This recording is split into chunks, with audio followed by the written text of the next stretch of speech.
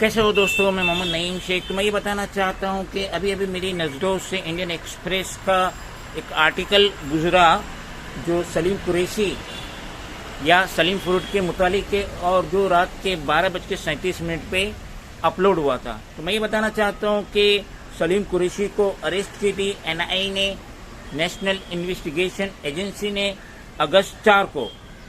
और उस पर ये इल्ज़ाम लगाया गया था कि ये इंडल्ज है इन अनऑथराइज्ड एक्विजिशन ऑफ एसेट। उस पर ये इल्ज़ाम लगाया गया था कि ये इन्वॉल्व है गैर कानूनी तरीके से जो एसेट्स को ये जमा कर रहा था बाय गिविंग थ्रेट्स, लोगों को थ्रेट्स दे के in the name of Ibrahim, जो कि क्लोज एसोसिएट्स है Chhota Shakeel and their gang D company.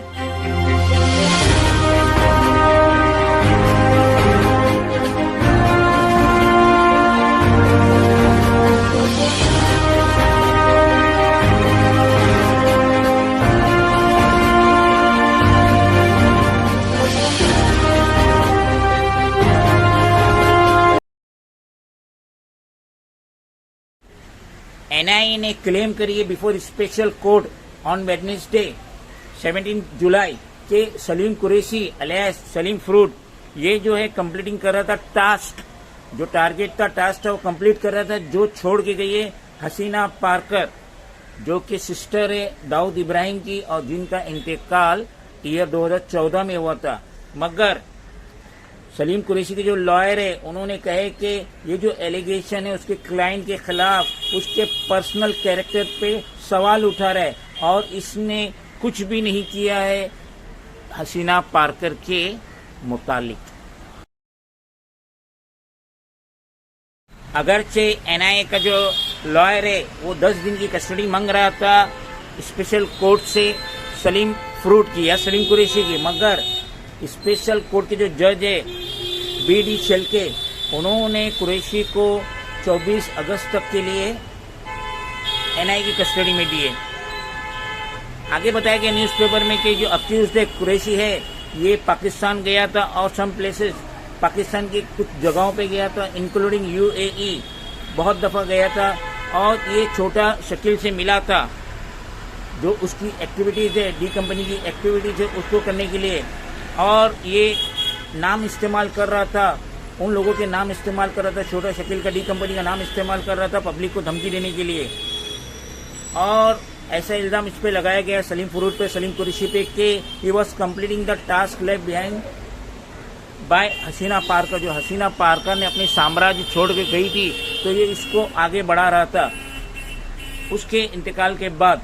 और ये भी इल्ज़ाम लगाया गया है कि after her passing the same modus operandi has been used to usurp properties and huge sum of money have been sent to Chhota Shakeel. Salim fruit पे ये भी इल्ज़ाम लगाया गया कि सेम जो मोडस ऑपरेंडी था हसीना पार्कर का, मरहूम हुआ हसीना पार्कर का, वही ये यूज़ कर रहा था प्रॉपर्टी खींचने के लिए और ज़्यादा पैसा। और ये भी इल्ज़ाम लगाया गया है कि ये सब छोटा शकील को पास कर रहा था। ये इल्ज़ाम लगाया है senior public prosecutor for the NIA Sandeep Sadavarte.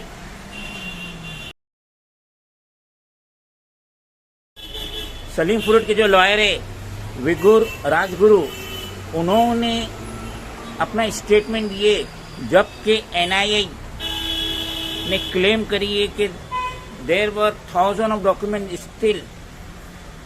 NIA ने क्लेम किए कि बहुत सारे डॉक्यूमेंट्स है सलीम फ्रूट या सलीम कुरैशी के खिलाफ, लेकिन एक भी प्रॉपर्टी सलीम फ्रूट या सलीम कुरैशी की एनआईए ने आइडेंटिफाई नहीं कर पाई है। और उन्होंने आगे बताया कि there is not a single case against me by the custom department और of extortion.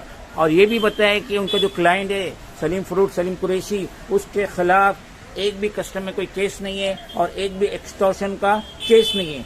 How can this packet be created that I am supporting the D company. फिर उसके बावजूद कैसा ये क्रिएट करी एनआईए ने कि सलीम फ्रूट या सलीम कुरैशी डी कंपनी को मदद कर रहा है। How can I staying in a small flat support the whole D company. अगर मैं सलीम फ्रूट सलीम कुरैशी अगर डी कंपनी को सपोर्ट कर रहा है तो कैसे वो एक छोटे से फ्लैट में रह रहा है। ये कहना है लॉयर विगुर राजगुरु का on behalf of Salim fruit या सलीम कुरैशी। आखिर में लॉयर विगू राजगुरु ने कहे कि calling it a phishing inquiry, जो ये फिशिंग इंक्वायरी का नाम दिया जा रहा है और उसके अंदर ये बताया जा रहा है कि 20 केसेस थे हसीना पारकर के खिलाफ। एनआईए क्लेम कर रही थी कि 20 केसेस थे हसीना पारकर के खिलाफ, मगर there were not more than 2 cases, जबकि उनके खिलाफ 2 केस से ज़्यादा केस नहीं है, जबकि एनआईए 20 केस का तस्करा कर रही थी। और आगे लॉयर विगू राजगुरु ने यह भी कहा कि none of them have reach the trial stage. इन 2 केसों में एक भी केस ट्रायल स्टेज की पोजीशन पे नहीं पहुंच पाया है। न्यूज़पेपर के मुतालिक अब ये सलीम फ्रूट जो सलीम कुरैशी है वो 24 तारीख तक एनआईए की हिरासत में रहेंगे और उसके बाद ही क्या होगा जो न्यूज़पेपर में आएगा हम आपको इत्तला देंगे। खुदा हाफिज़।